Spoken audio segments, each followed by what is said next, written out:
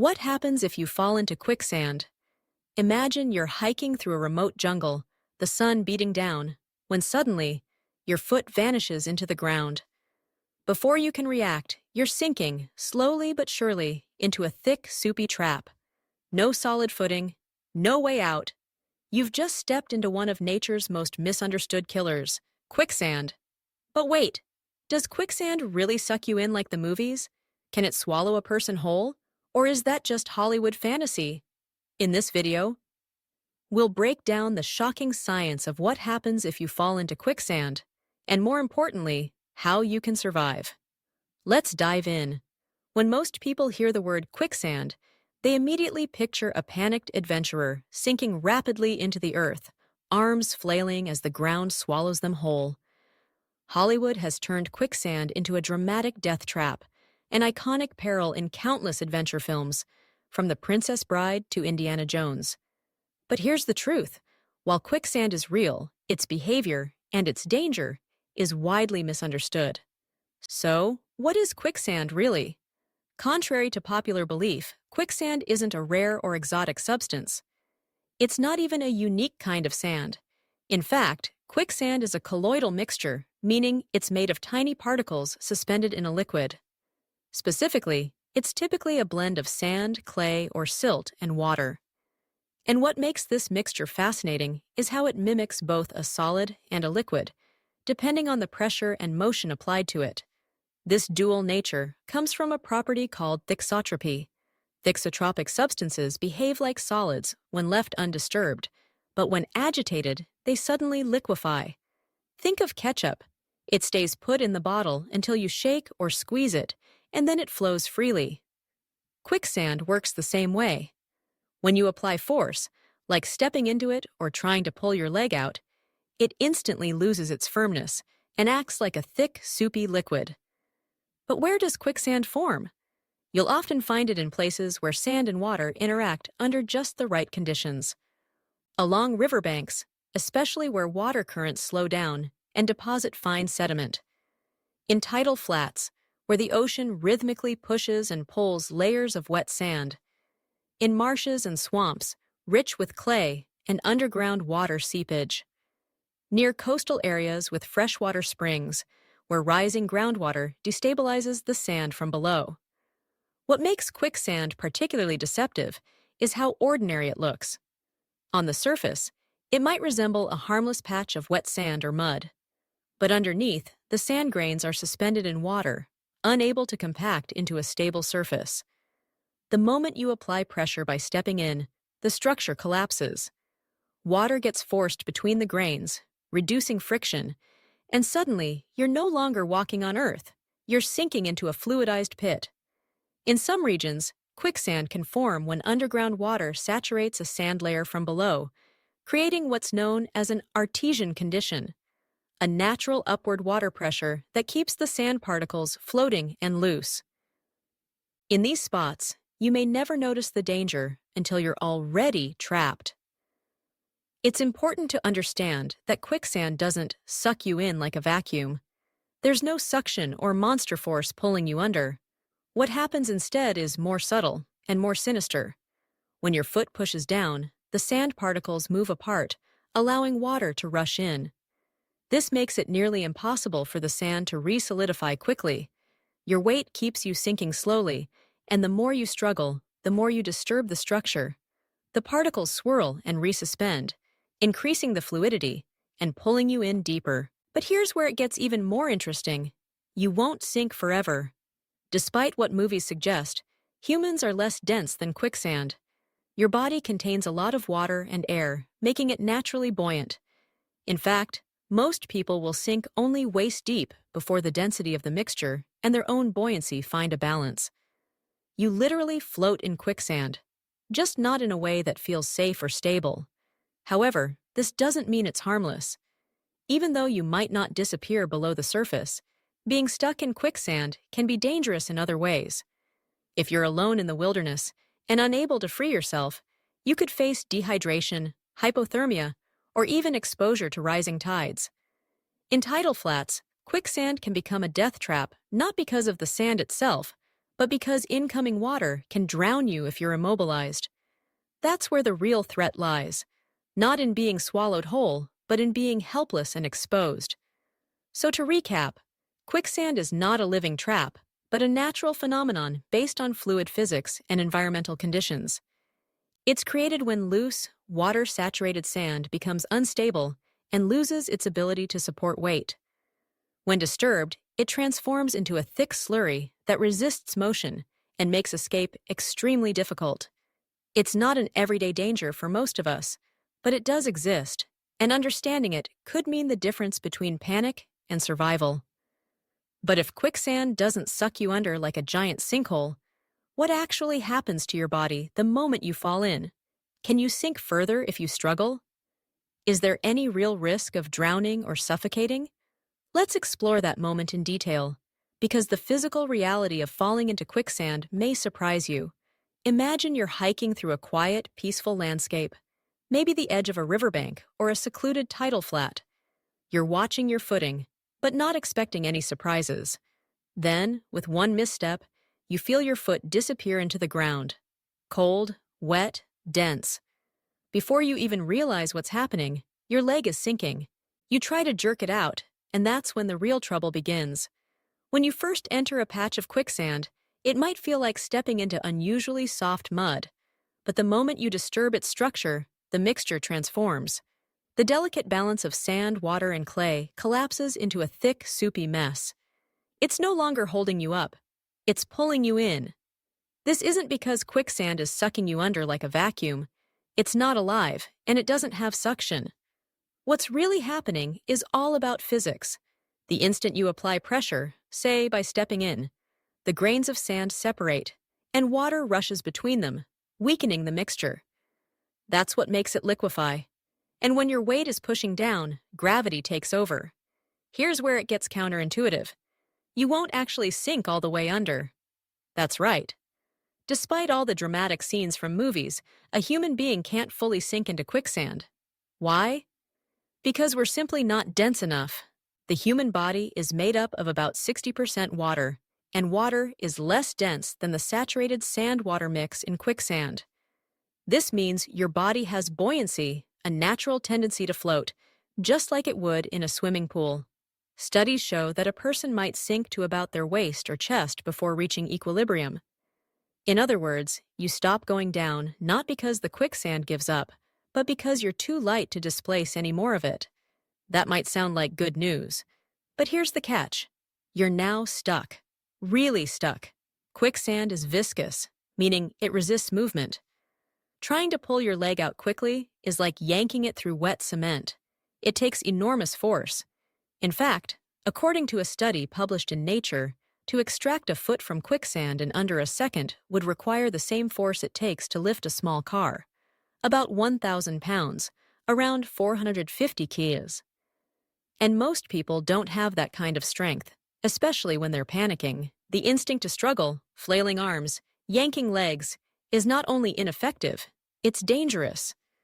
That movement causes the quicksand to become even more fluid, which reduces support and allows you to sink slightly deeper. But more importantly, struggling increases fatigue, raises your heart rate, and could cause you to fall. And falling in quicksand? That's a nightmare. If you lose your balance and fall backward, your body spreads out over the surface, which might initially help, like floating. But if your arms sink or you end up partially submerged, you'll be at a severe disadvantage. Rolling or sitting up becomes nearly impossible. Worse yet, your head must stay above the surface at all times, or you risk inhaling thick, gritty slurry, something your lungs definitely aren't designed for. But here's where quicksand becomes truly life-threatening. Environmental conditions. If you're trapped in quicksand in the middle of a dry, hot desert, your main threat might be exposure, prolonged time in the sun, dehydration, or hypothermia at night. You're not being swallowed alive, but you are immobilized, and being immobilized in the wild can be a death sentence without rescue. Now imagine you're stuck in a coastal tidal flat. The tide starts to come in. Slowly, inexorably, the water level rises. What was once a frustrating inconvenience becomes a race against time. As the sea creeps up and eventually submerges your body, drowning becomes a very real possibility. And that's not theoretical, it's happened before. Rescue teams have documented cases where individuals were trapped in tidal quicksand and drowned because help arrived too late. This is the chilling truth. Quicksand doesn't have to be deep to be deadly. You don't need to be sucked under completely. All it takes is being stuck in the wrong place at the wrong time, unable to move, unable to escape, and surrounded by rising water or changing weather. Let's also not forget that animals can wander into quicksand too. Deer, cattle, even horses.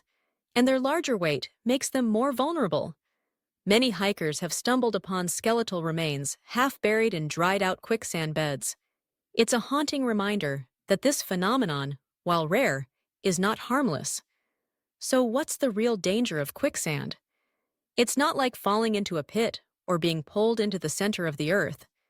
It's the gradual loss of mobility, the psychological panic that follows, and the environmental threats that pile on while you're helpless. It's being stuck long enough that the world around you turns hostile.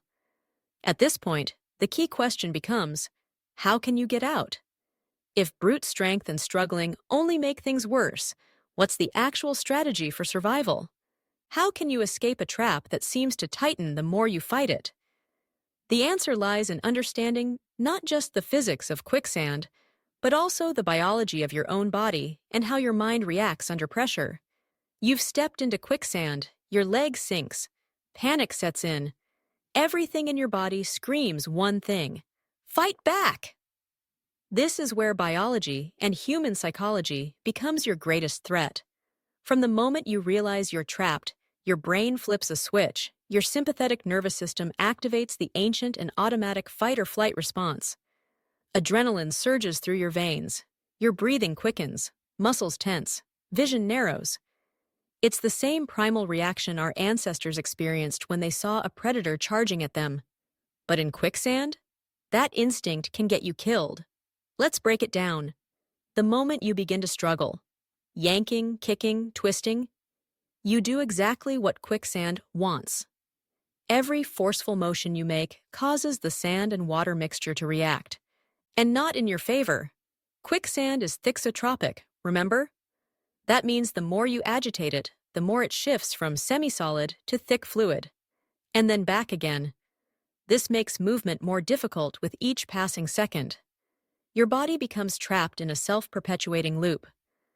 The more you struggle, the more viscous the quicksand becomes. The thicker it gets, the harder it is to move. The harder it is to move, the more panic sets in. The more you panic, the more violently you thrash. And on it goes. Soon, it's like you're encased in slow-drying concrete. Your legs feel like they're cemented in place, and your arms can't get enough leverage to lift you. You're not being pulled under, you're being locked in by your own reaction. Here's something even more dangerous: instability. Quicksand doesn't behave like normal terrain. It doesn't distribute pressure evenly. Your legs may be stuck solid, while your upper body is still mobile. That uneven distribution of resistance creates a serious problem. You become top-heavy. If you lurch or twist too quickly, there's a high risk you'll lose your balance and tip over. Now you're no longer standing in quicksand, you're lying in it. That's a much scarier position. While your body is still too buoyant to sink completely, being flat on your back or side makes it exponentially harder to move, or to keep your head above water if the quicksand is covered by a shallow surface pool. And let's not forget, in that moment of panic, your breathing changes. You're taking short, shallow, desperate breaths. If you inhale sharply while falling or struggling, you might accidentally suck in sand, mud, or dirty water. Even a small amount of sediment in your lungs can trigger choking, an aspiration pneumonia, or drowning. Not because the quicksand swallowed you, but because your own panic became your undoing. Think of it this way: no one ever dies from sinking all the way into quicksand. They die from bad decisions made in the moment, from exhaustion, from exposure to the elements, or from environmental factors like rising tides. And nearly all of those are preventable, if only you can resist your instincts. That's the cruel irony of survival. Your first reaction is often the wrong one. Staying alive in quicksand isn't about brute strength. It's about mental control.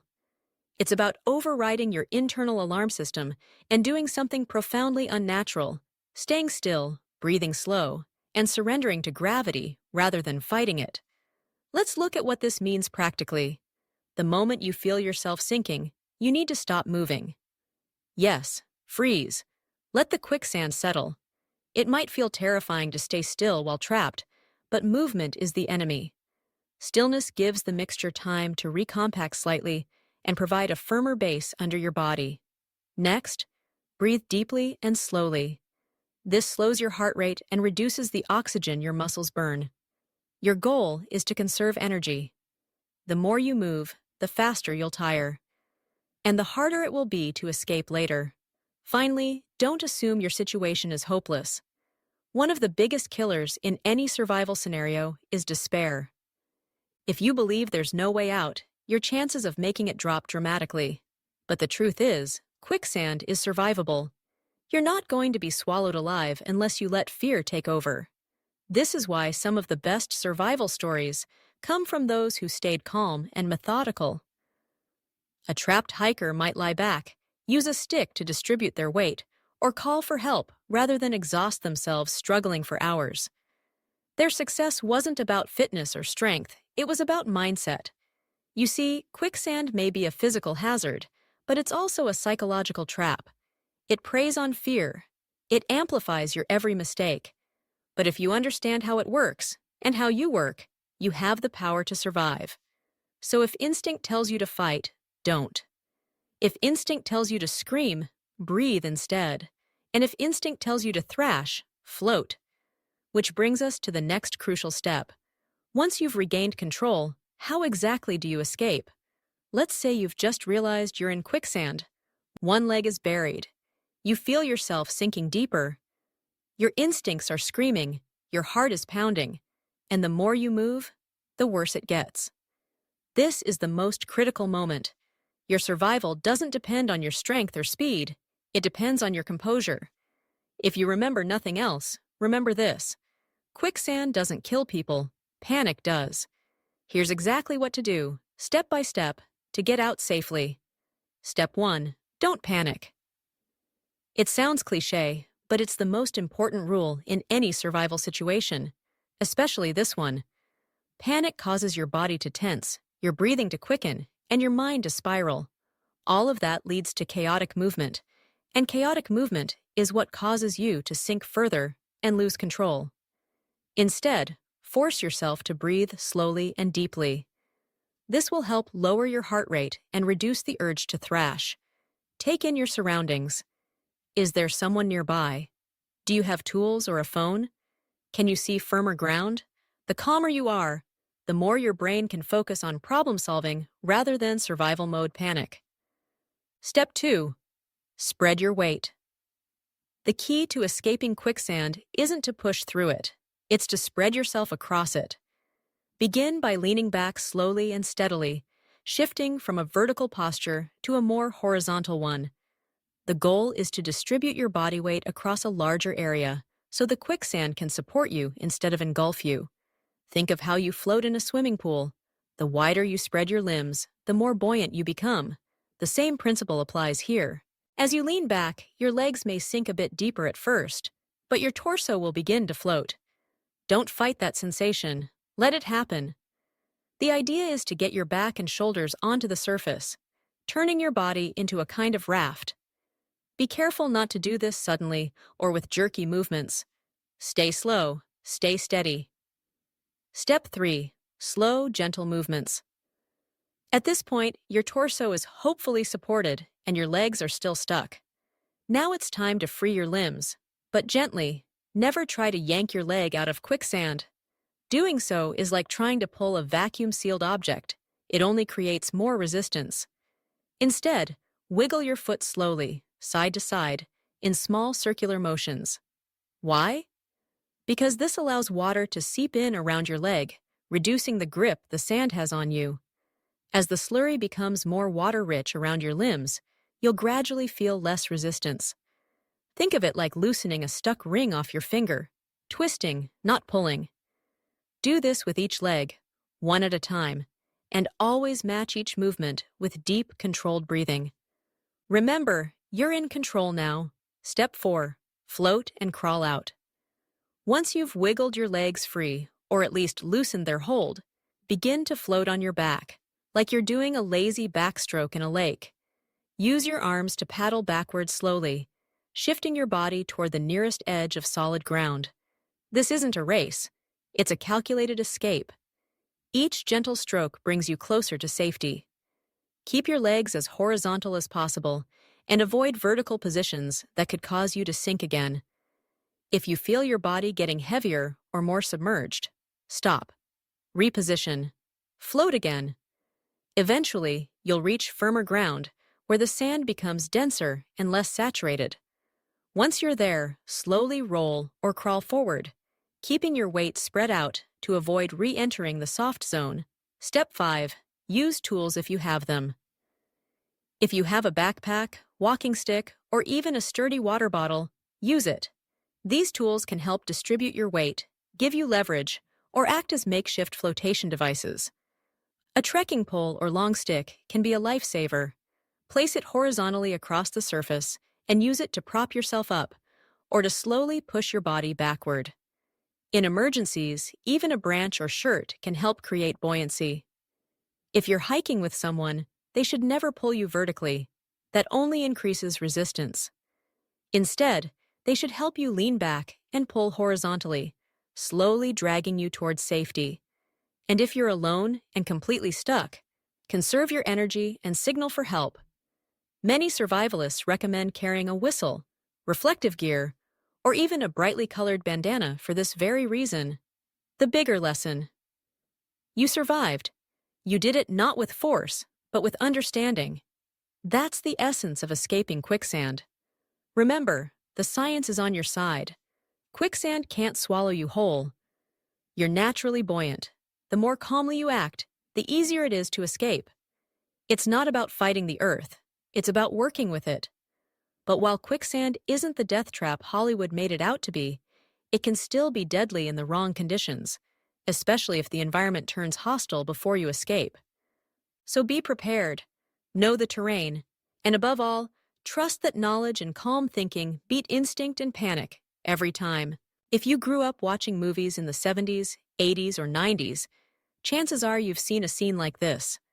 The hero walks confidently through a jungle, then suddenly drops waist deep into a pit of quicksand.